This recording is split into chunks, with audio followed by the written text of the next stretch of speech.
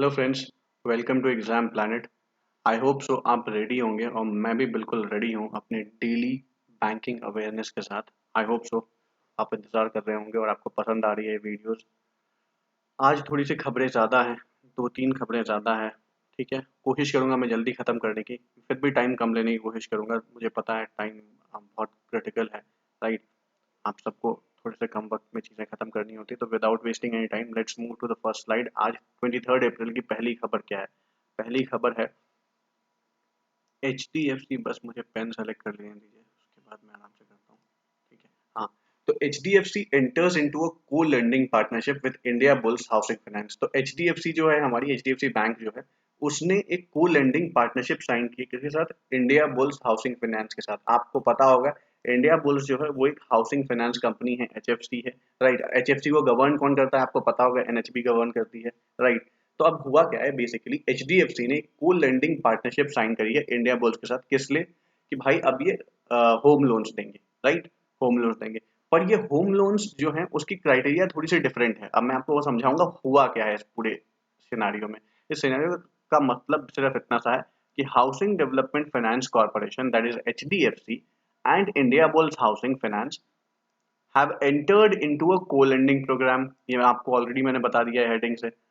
All loans will be processed in accordance with the standard operating procedure and the loan eligibility criteria as specified by the HDFC। देखो, इसमें जो main lending company होगी ना, जो loan देगी लोगों को, वो HDFC होगी। भले ही housing finance company Indiabulls है, बट जो मेन शेयर होगा वो HDFC का होगा। तो ऑब्वियस सी बात है, जिनका मेन शेयर होगा वही, उनके ही रूल रेगुलेशंस चलेंगे, उनके SOPs चलेंगे। तो 80 और 20 का रेशियो है। HDFC अपना 80% इन्वेस्ट करेगी, 20% इन्वेस्ट करेगी इंडिया बुल्स। ठीक है, तो इसके थ्रू क्या होगा? इसके थ्रू ये लोन्स डिस्ट्रीब्यूट किए जाएंगे। देखो यहाँ पे लिखा है the loans under this program will be in the funding ratio of 80:20। यही मैंने आपको बताया अभी। ठीक है, 80% of the loan with HDFC and 20% Indiabulls. तो 80% जो है वो HDFC देगी और 20% जो है इंडिया बुल्स कवर करेगी, राइट।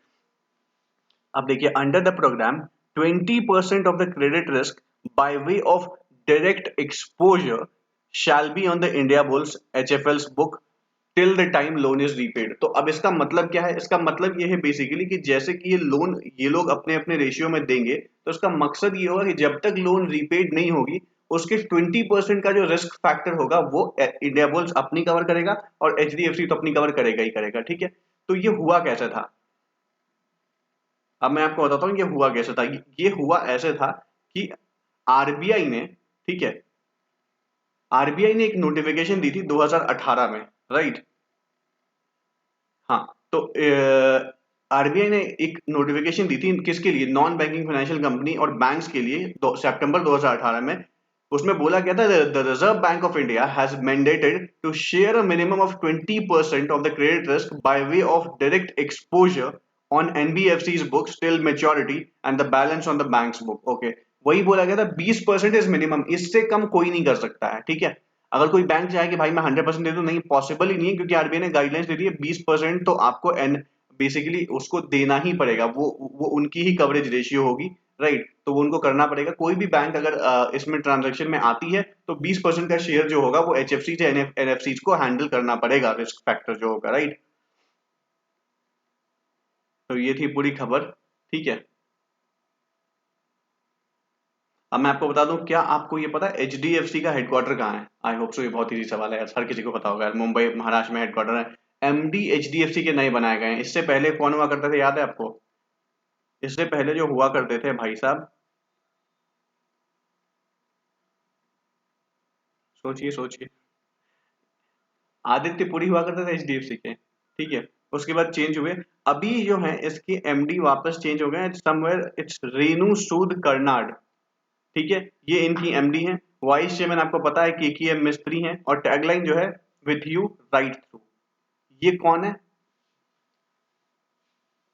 सॉरी, ये मैंने आपको बता दिया किसका? इंडिया बुल्स का, इंडिया बुल्स का। ठीक है, हाउसिंग डेवलपमेंट फाइनेंस का, HDFC कॉर्पोरेशन। ठीक है, इंडिया बुल्स के मैंने आपको HDFC के बता दिए। इंडिया बुल्स का आप खुद से पढ़ेंगे, राइट। इंडिया बुल्स का आप खुद से पढ़ेंगे, मैंने HDFC का आपको बता दिया है। चलिए मूव करते हैं नेक्स्ट स्लाइड पे। After Citigroup South Africa's first rank bank to exit India after 12 years. यार ये आप सबको पता होगा कि पता नहीं क्या हुआ है, बैंक्स इंडिया छोड़ के जानी शुरू हो गई हैं। सबसे पहले सिटी ग्रुप जो अमेरिकन बैंक है, उसने डिसाइड किया कि वो अपनी ऑपरेशंस इंडिया में बंद कर देगी। उसके बाद साउथ अफ्रीका की फर्स्ट रैंक बैंक है, जो कि साउथ अफ्रीका की सेकंड बिगेस्ट बैंक है, वो इंडिया में ऑपरेट कर रही थी। हालांकि इसका ज्यादा इम्पैक्ट नहीं होगा क्योंकि इसके एक ही ब्रांच थे मुंबई में, मुंबई बेस्ड एक ही ब्रांच था इसका, ठीक है। उसने भी डिसाइड किया कि वो इंडिया अब छोड़ देगी, right.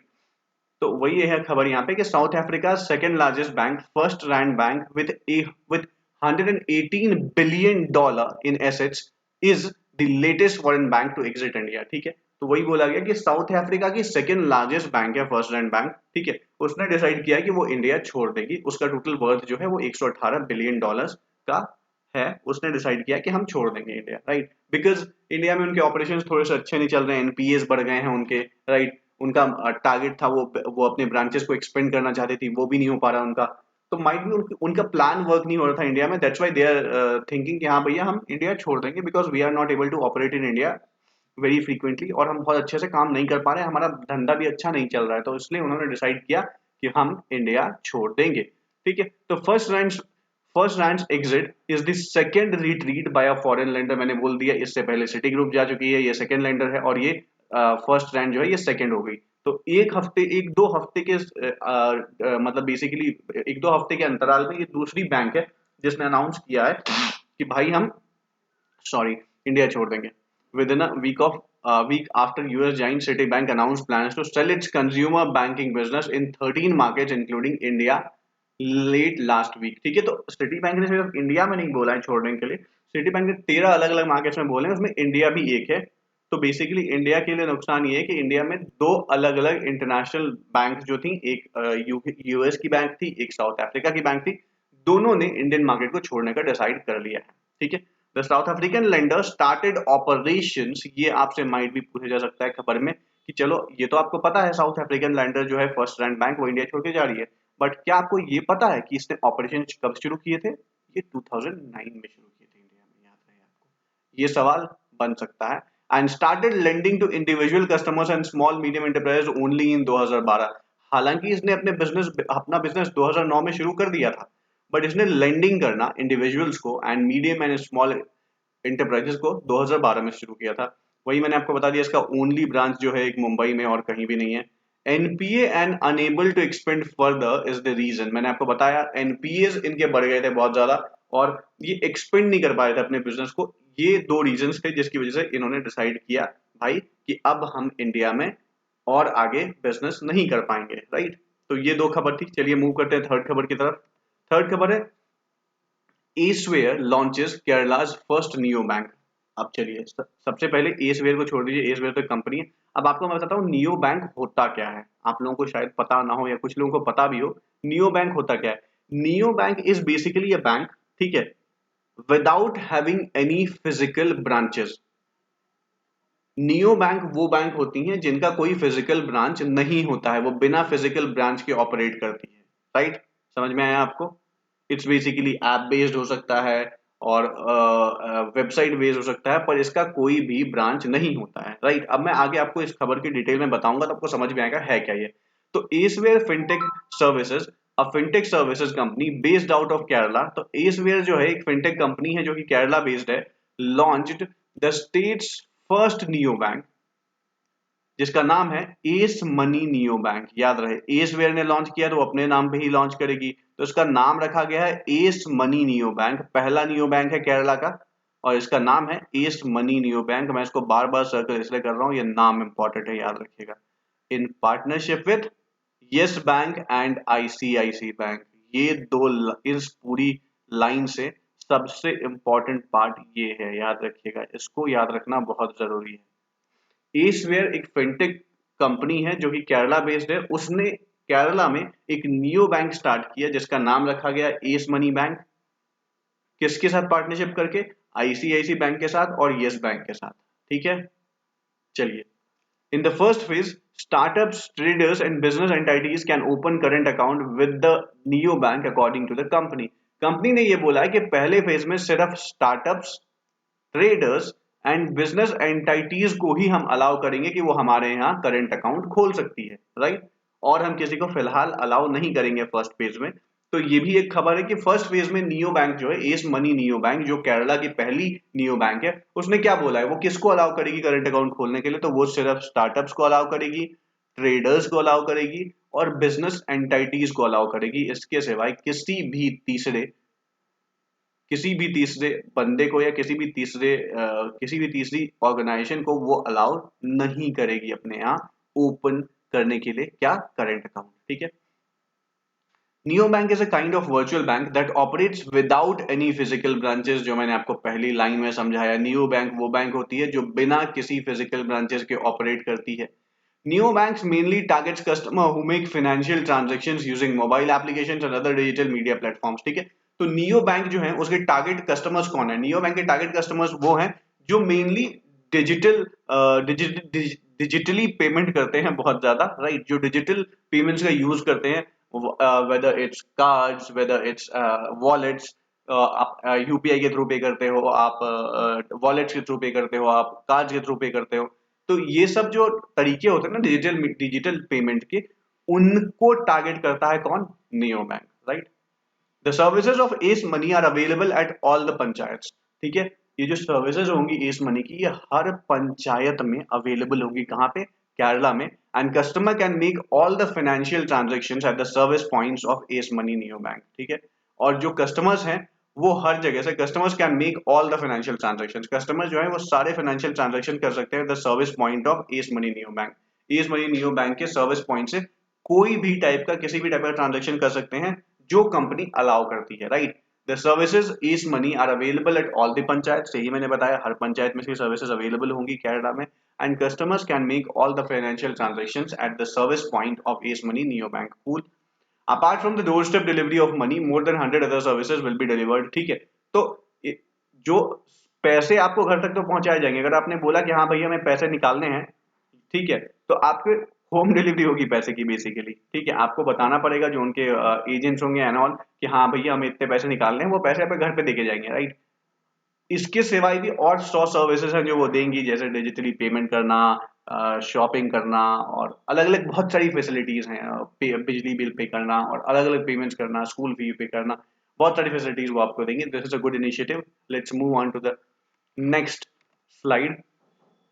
Indian Overseas Bank appoints E and Y as digital consultant. अब आप सोच रहे होंगे ई और वाई क्या है, ई और वाई है Ernst and young. Ernst and young, अब ये अर्नस्ट एंड यंग क्या है, जो बहुत दिनों से तैयारी करते होंगे, जो कुछ दिनों से तैयारी करते होंगे, उनको पता होगा अर्नस्ट एंड यंग क्या है, ठीक है।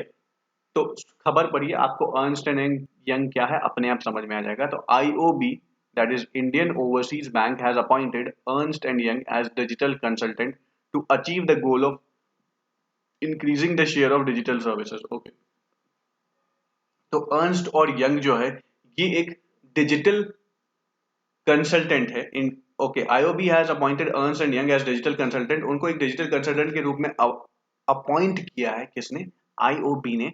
किस लिए अपॉइंट किया है, to achieve the goal of increasing the share of digital services.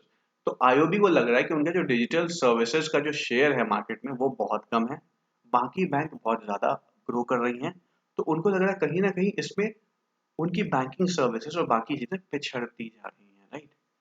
तो आईओबी ने ये डिसाइड किया है कि वो अर्नस्ट एंड यंग के साथ वो एक डील साइन कर रही है, जिसके through Ernst and Young digital consultant जो है वो उनकी हेल्प करेगा to achieve the goal of increasing the share of digital services, ताकि आईओबी के जो डिजिटल सर्विसेज हैं वो मार्केट में इंक्रीज हो, उनकी सर्विसेज बढ़ें और लोग आईओबी के सर्विसेज का इस्तेमाल करें, right. IOB said the consultant has been appointed as a part of its growth strategy and to transform its banking services into a digitalized form, ठीक है। आईओबी ने साफ कर दिया कि हमने कंसल्टेंट जो अर्नस्ट एंड यंग है उसको इसलिए अपॉइंट किया है क्योंकि हम अपनी कंपनी की ग्रोथ चाहते हैं और हम चाहते हैं कि हमारा जो बैंकिंग डिजिटलाइजेशन जो है वो ट्रांसफॉर्म हो जाए और एक बेहतर तरीके से हम सर्विस अपने कस्टमर को दे पाए।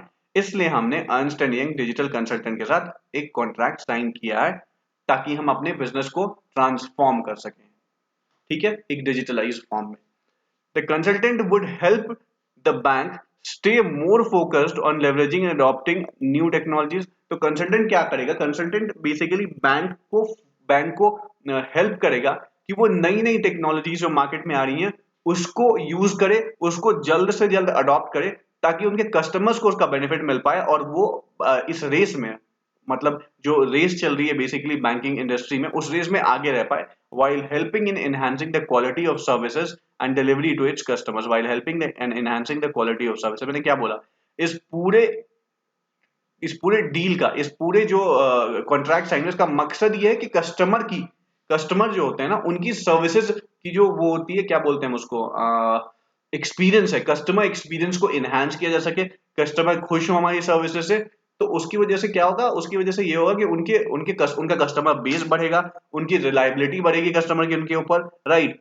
लोग आईओबी को रिलायबल समझेंगे, हालांकि रिलायबल समझते हैं लोग, बट फिर भी उन आईओबी में बहुत सारे लोग जो है, IOB is not the priority when we talk about कि लोग अकाउंट खुलाना चाहते हैं तो कोई भी IOB उनके प्रायोरिटी लिस्ट में नहीं होता है। तो that's why IOB is working hard कि हाँ भैया हम भी इतनी इतनी तो अचीव कर ले कि लोगों को अगर बैंक अकाउंट खुलवाना हो या लोगों को सर्विसेज लेनी हो तो people start considering IOB as well, right? Let's move on to the next slide.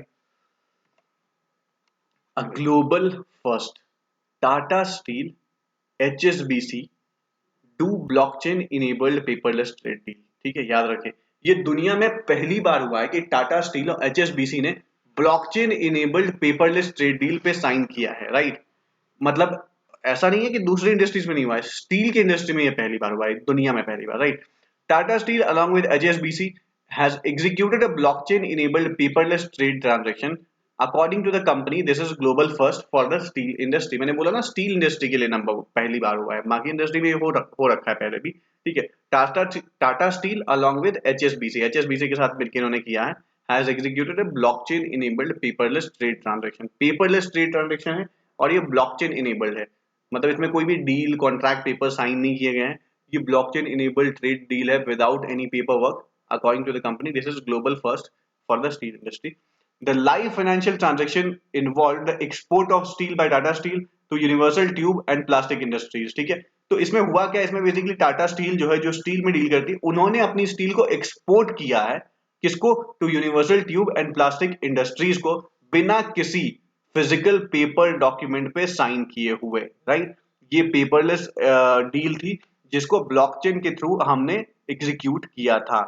The end-to-end paperless transaction executed over the counter platform, over the Contour platform, was made possible by a unique collaboration pivoted by Tata Steel across the spectrum over the Contour and ESS Docs platform। ठीक है, याद रखना कि ये जो deal हुई है ना basically Tata steel HSBC, Tata steel along with HSBC ने जो ये डील की है, इस डील को कंप्लीट करने में जो सबसे बड़ा इंपॉर्टेंट रोल है, सबसे बड़ा इंपॉर्टेंट जो हेल्प है, वो की है CONTOUR, that is contour and ESS docs platform ने। ये प्लेटफॉर्म है, इस प्लेटफॉर्म के थ्रू ये डील किया गया है, इनकी हेल्प के थ्रू ये डील किया गया है, राइट।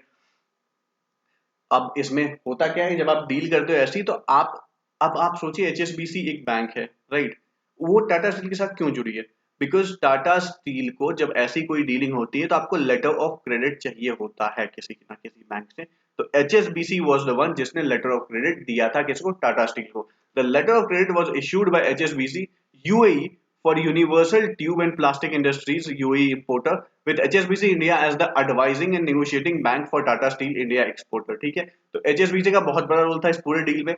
यूएई में भी एचएसबीसी ने ही वहां पे किया था और यहाँ भी एचएसबीसी ने डील किया था, इसलिए डील इतनी आसानी से हो गई है। दोनों साइड एक ही ऑर्गेनाइजेशन इन्वॉल्व थी, वहां पे एचएसबीसी यूएई इन्वॉल्व थी, यहाँ पे एचएसबीसी इंडिया इन्वॉल्व थी टाटा स्टील की तरफ से, right. The transaction validates the commercial and operational viability of blockchain as an alternative to conventional exchange of paper-based documentation। तो इस पूरे डील से लोग बोल रहे हैं, हमें ये समझ में आया है कि हाँ भैया, पेपर बेस्ड जो डॉक्यूमेंटेशन होती है ना, उसके सिवाय भी हम ब्लॉकचेन को यूज करके ट्रांजैक्शंस या डील्स या फिर बेसिकली ये कर सकते हैं, right. The transaction validates the commercial and operational viability है किसकी, ब्लॉकचेन की, एज एन ऑल्टरनेटिव, किसके ऑल्टरनेटिव के रूप में, जो पेपर बेस्ड डॉक्यूमेंट्स होते हैं, डील्स होते हैं, उसका एक ऑल्टरनेटिव है ब्लॉकचेन। ठीक है, हम इसके थ्रू भी डील्स कर सकते हैं, ये इसके थ्रू बताया गया है। चलिए let's move on to the next slide. Okay, ये तो अभी बहुत नॉर्मल है और ये आपको आगे अगले एक आध महीने तक लगातार देखता रहेगा, अलग अलग एजेंसीज जो है इंडिया की जीडीपी प्रेडिक्शन जो है उसको कम करती जाएगी। वही हुआ है कि कल के वीडियो में मैंने आपको बताया था कि एक और एजेंसी थी, मैं नाम भूल रहा हूँ, उसने भी इंडिया की रेटिंग कम कर दी थी। अब के रेटिंग्स ने इंडिया की जीडीपी की रेटिंग जो है वो कम कर दी है। कितनी कम कर दी है भाई साहब? 10.2% पे ले आई है। अब सवाल है, अगर ये 10.2% पे ले आई है इंडिया की जीडीपी कि हाँ भैया गिर के ये 10.2% के रेट से ग्रो करेगी, 10.2% स्टिल हाई, बहुत ज्यादा है, आपको पता है, ठीक है। पर इससे पहले कितनी थी, हमारे लिए इंपॉर्टेंट ये है, ठीक है। तो with economic activities getting affected across the country due to curbs imposed by states amid surge in COVID-19 cases, CARE Ratings has revised down its forecast for GDP growth to 10.2% in 2021-22 from earlier projection of 10.7 to 10.9%। Cool, मैंने आपको बताया इससे पहले क्या था कि care rating ने 10.7 से 10.9% की प्रेडिक्शन की थी इंडिया की जीडीपी के लिए कि हाँ भैया इंडिया की जीडीपी 10.7 से 10.9 के बीच में ग्रो करेगी। पर क्योंकि कोविड का सेकेंड वेव आया, बहुत सारी स्टेट्स लॉकडाउन में चली गई हैं, राइट, या जा रही हैं। बहुत सारी स्टेट्स जो हैं वो नाइट कर्फ्यू में हैं या फिर वीकेंड्स कर्फ्यू में हैं, स्पेशली मुंबई हो गई और बड़े बड़े शहर हो गए। तो उसकी वजह से केयर रेटिंग को लगा कि हाँ भैया अब ये प्रैक्टिकली पॉसिबल नहीं होगा इंडिया के लिए 10.7 टू 10.9% की ग्रोथ रेट अचीव करना, तो उन्होंने गिरा के इसको 10.2% कर दिया है, ठीक है। This is the third revision by the rating agency in the last 1 month. ये बड़ी खतरनाक सिचुएशन है कि एक महीने के अंदर तीसरी बार ये रिवाइज किया गया है, राइट। क्योंकि सिचुएशन हर दूसरे दिन खराब होती जा रही है, मतलब बदल रही है। आप अभी तो खराबी हो रही है, खराब के डायरेक्शन में ही बदल रही है सिचुएशन। तो ये एक रीजन है जिसकी वजह से एक महीने में 3 बार इनको रिवाइज करना पड़ गया है। Factoring the potential loss of economic output due to the restriction in the state, the agency on April 5 lowered its GDP forecast for the current fiscal year 10.7 से 10 वही बोला गया कि क्योंकि सिचुएशन बाहर इतनी खराब हो चुकी है, ठीक है, कंपनियां प्रॉपर्ली परफॉर्म नहीं कर पा रही हैं लॉकडाउन की वजह से, ठीक है, कहीं पे पार्शियल लॉकडाउन है, कहीं पे कंप्लीट लॉकडाउन हो गई है एक हफ्ते की। तो इन सब चीजों की वजह से जो है कंपनियां बेहतर परफॉर्म नहीं कर पा रही हैं, जिसकी वजह से जीडीपी में गिरावट आनी तय है। तो इसलिए केयर रेटिंग ने अपनी जो जीडीपी प्रोडिक्शन थी उसको 10.7 से 10.9% जो पहले थी उससे घटा के 10.2% कर दिया गया है। चलिए, ये आज की लास्ट खबर थी। आई होप आपको पसंद आई होगी। Thank you so much. तो प्लीज पढ़ते रहिए, एग्जाम्स होंगे, हर बार की तरह एग्जाम्स होंगे, कोई डिले नहीं होगा, आराम से एग्जाम्स होंगे, ठीक है। तो काइंडली प्लीज शेयर कीजिए, सब्सक्राइब कीजिए मेरे चैनल को। आपको पसंद आ रही होगी वीडियो, आपको हर रोज वीडियो मिलेगी, कोई भी मेरी तरफ से कोई भी ढील नहीं दी जाएगी, आपको रोज वीडियोस मिल जाएंगी। और इतने डिटेल में इतने अच्छे से मुझे नहीं लगता है कोई और समझाता होगा आपको बैंकिंग, क्योंकि भाई मेरे अपने एक्सपीरियंस से बता रहा हूँ, बैंकिंग से बहुत सवाल आते हैं, बहुत ज़्यादा सवाल आते हैं। चलिए, थैंक यू सो मच, मिलता हूँ कल मैं आपसे।